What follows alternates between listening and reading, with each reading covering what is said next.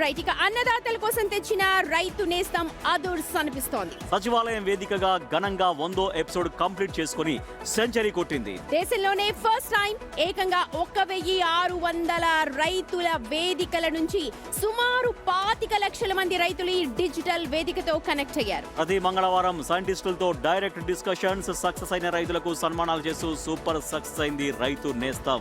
ఎంతో మంది రైతులకు గైడ్ గా కూడా మారుతోంది ఇది. అటు రైతులకు కీలక సూచనలు చేశారు మంత్రి తుమ్మల నాగేశ్వరరావు. వర్షాలపై ఆందోళన చెందకుండా వరి వేసి నీరు వేస్ట్ చేయొద్దని సూచించారు. ఆయిల్ పామ్, హార్టికల్చర్ లాంటి తక్కువ నీటితో పండే పంటలపై ఫోకస్ పెడితే మంచి లాభాలు వస్తాయని గైడ్ చేశారు తుమ్మల నాగేశ్వరరావు.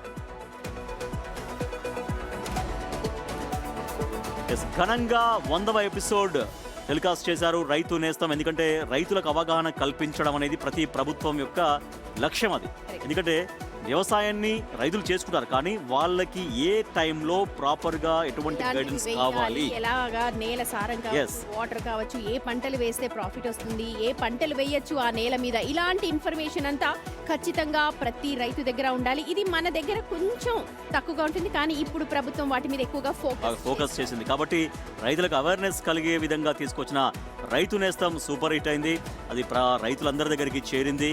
సో ఇంకా మరింత బలంగా దీన్ని ఆ క్షేత్రస్థాయికి తీసుకెళ్లాల్సినటువంటి అవసరం ఇంకా ఏమైనా ఉందా గుర్తించాలి. రైతులకు ఖచ్చితమైనటువంటి గైడెన్స్ ఇస్తే, ఎందుకంటే ఇప్పుడు ఎల్నినో ఎఫెక్ట్ కాబట్టి వరి వేసుకోవద్దని రైతులకు ప్రభుత్వం చెబుతోంది. బట్ ప్రతి రైతుకు అది చేరే విధంగా ఇటువంటి రైతు నేస్తం అనేది చాలా ఉపయోగపడుతుంది. కాబట్టి రైతులు కూడా ప్రభుత్వాలు సూచించేటువంటి సూచనల్ని ఫాలో కావాలి. ఆ రకంగా వ్యవసాయాన్ని మరింత ముందుకు తీసుకెళ్లాలని